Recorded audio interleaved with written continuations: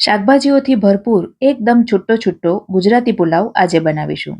બધી તૈયારીઓ તમે આગળથી કરીને રાખો તો માત્ર 10 જ મિનિટમાં બનીને તૈયાર થઈ જાય છે. ફ્રેન્ડ્સ, ચેનલ પર નવા હો અને મારી ચેનલ ફૂડ વિથ ફાલ્ગુનીને તમે હજી સુધી સબસ્ક્રાઇબ ન કરી હોય તો પ્લીઝ જલ્દીથી સબસ્ક્રાઇબ કરી દેજો. તો પુલાવ બનાવવા માટે સૌથી પહેલાં અહીં આપણે ચોખાને પલાળવાના છે. અહીં મેં બાસમતી ચોખા લીધા છે કારણ કે પુલાવ, બિરયાની વગેરે બાસમતી ચોખામાં જ સારા લાગે. પણ તમે ઈચ્છો તો સાદા ચોખા પણ લઈ શકો. તો અહીં મેં 1/2 કપ ચોખા લીધા છે. સૌથી પહેલાં ચોખાને સરસ રીતે 2-3 વખત ધોઈ લઈશું અને ત્યાર પછી નોર્મલ ઠંડા પાણીમાં અડધા કલાક માટે પલળવા માટે રાખી દઈશું. ચોખા પલળે છે ત્યાં સુધીમાં બીજી તૈયારીઓ કરી લઈશું.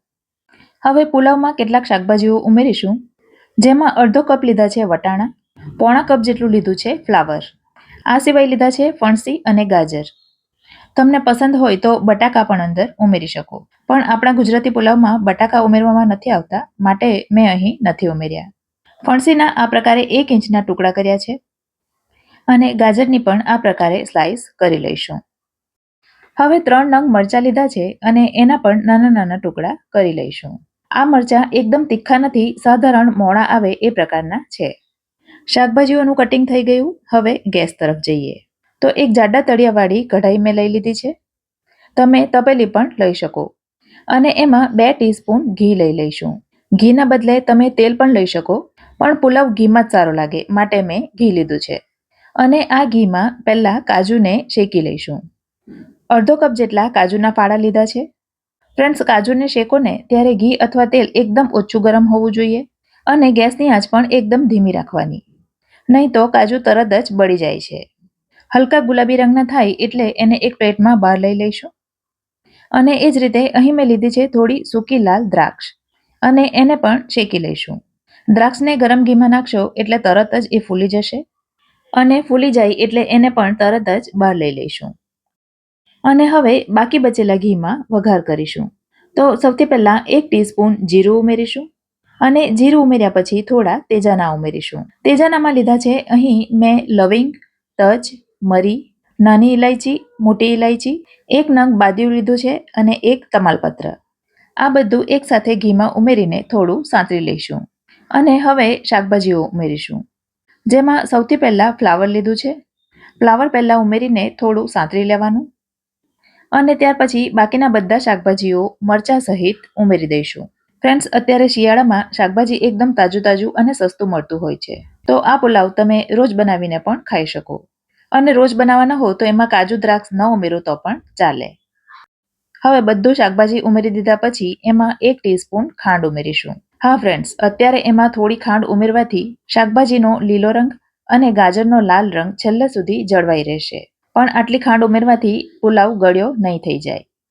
વળી ફ્રેન્ડ્સ, એક વાતનું ધ્યાન રાખવાનું છે કે આ સમયે શાકભાજીમાં મીઠું નથી ઉમેરવાનું, કારણ કે અત્યારે જો મીઠું ઉમેરીશું તો બધા શાકભાજી એકદમ નરમ થઈ જશે. હવે આ શાકભાજીઓને ઢાંકણ ઢાંક્યા વગર ખુલ્લા જ 5 મિનિટ સુધી થવા દઈશું અને આ 5 મિનિટ દરમિયાન વચ્ચે વચ્ચે એને હલાવતા રહેવાનું.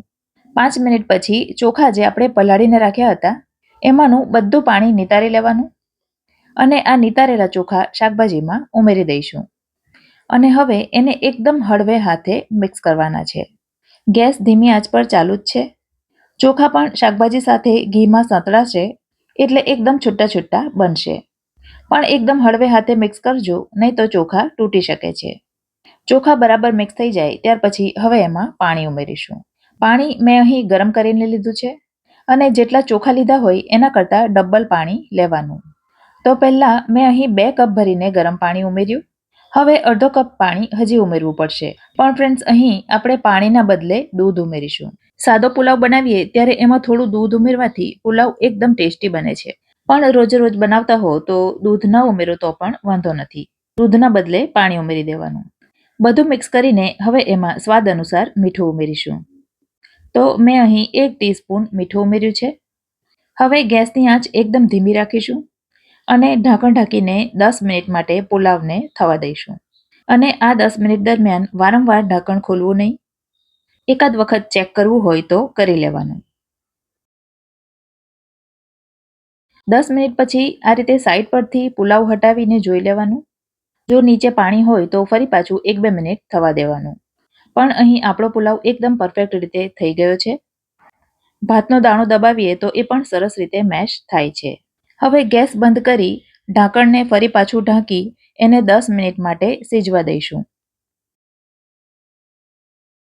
અને 10 મિનિટ પછી તમે જોઈ શકો છો ખૂબ જ સરસ છૂટો છૂટો પુલાવ બનીને તૈયાર છે.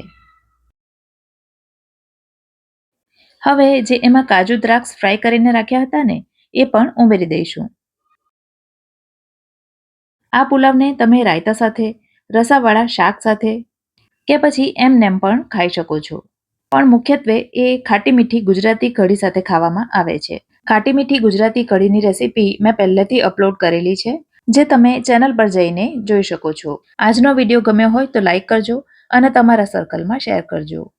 ફરી મળીશું આવી જ એક નવી રેસીપી સાથે. ત્યાં સુધી મને રજા આપો. આવજો.